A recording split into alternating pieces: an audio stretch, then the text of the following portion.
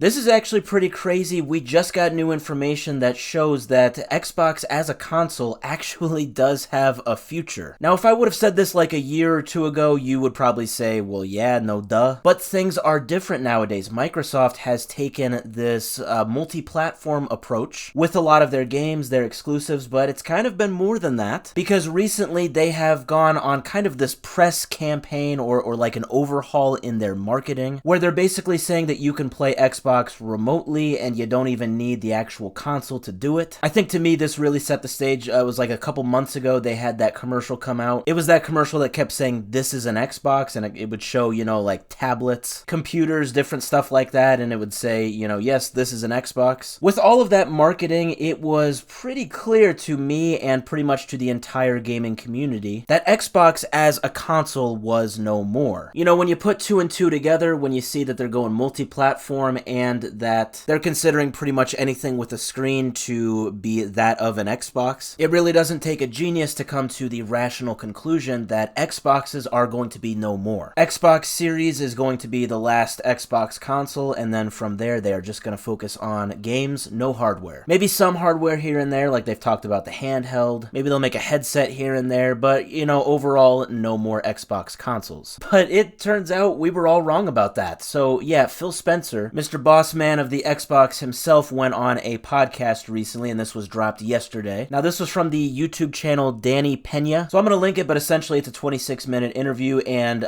one of the questions that, to me, was the absolute standout question, and really has been the question that we have all really wanted to ask Xbox and Microsoft for some time now. There's a lot of different ways you can word it, but essentially the person just asked Phil that with this strategy that Microsoft has going forward, what is the actual point then of continuing to buy Xboxes going forward? This easily would have been an opportunity for Phil to either be extremely vague, just say that they're, you know, continuing to assess the situation, or he could just basically say, no, we're not going to do any Xboxes going forward, or he could just say, you know, we're listening to the fans. It could be overall pretty vague like that, which would essentially signal that yes, there are going to be no more Xboxes to be expected. But no, he answered in kind of the opposite way. He said that essentially they want to keep making Xboxes and mainly focus on the specs as far as a main selling point and kind of just seeing what they can still offer in their hardware. He says that they are still very much interested in hardware and that they are going to continue to make hardware going forward. He didn't come right out and just specifically say the phrase, we are going to continue to make Xboxes, like new versions of them going forward in the years and decades ahead. He didn't specifically say that, but it was very much implied that this was going to be more than just a headset here and there or a handheld device. Now, Xbox and Microsoft, they are very much, it would seem from this interview, wanting to keep making Xboxes, and they kind of want the main selling point to be the specs. I still do think this is a bit odd since PlayStation and Xbox typically have the same specs. So it's definitely an interesting strategy to watch going forward, because if PlayStation continues to keep their games exclusive on PlayStation, I can't see a world where Xboxes and PlayStations have essentially the same specs and cost roughly the same amount, but people will just buy Xbox and omit themselves from being able to play some of those PS exclusives. But Phil did make a pretty good point. He talked about how in the last 20 years, the games that have been really popping off are multi-platform, and I think he's really focusing on probably the last 5 or 10 years now, games like Minecraft, Fortnite, Roblox, Elden Ring, Stardew Valley. I mean, all of these games are multi-platform, and with that, he again just made the point that he wants to provide good hardware to play all of these games on. I think from this strategy, they're essentially trying to make it what it was, say, 20 years ago. I mean, consoles, they were more preferable to the average person about 15, 20 years ago because they were just more approachable for gaming compared to PC. Now, obviously, these days, I think realistically, PC just makes the most sense, but to a lot of casual gamers or people who maybe are not going to get that much into gaming, consoles can be the preferable choice. They've got a lower cost of entry. It's way more approachable. It's way easier to set up than, a tower. Again, in the long run, PC is way better, and you save money from having to buy, like, Xbox Live and stuff to play online games. But what I'm getting at is that I think Phil Spencer sees this multi-platform strategy going forward as a way to now focus less on exclusivity and maybe more just on the specs of the hardware, and just trying to find a console platform that is approachable, that people would want to play the big games going forward on. I am overall extremely surprised still by this announcement. I would have bet my entire bank account that there would have never been another Xbox console after the series. With everything Xbox has been marketing in really the past 6, 9, 12 months, it has seemed that way, but now we are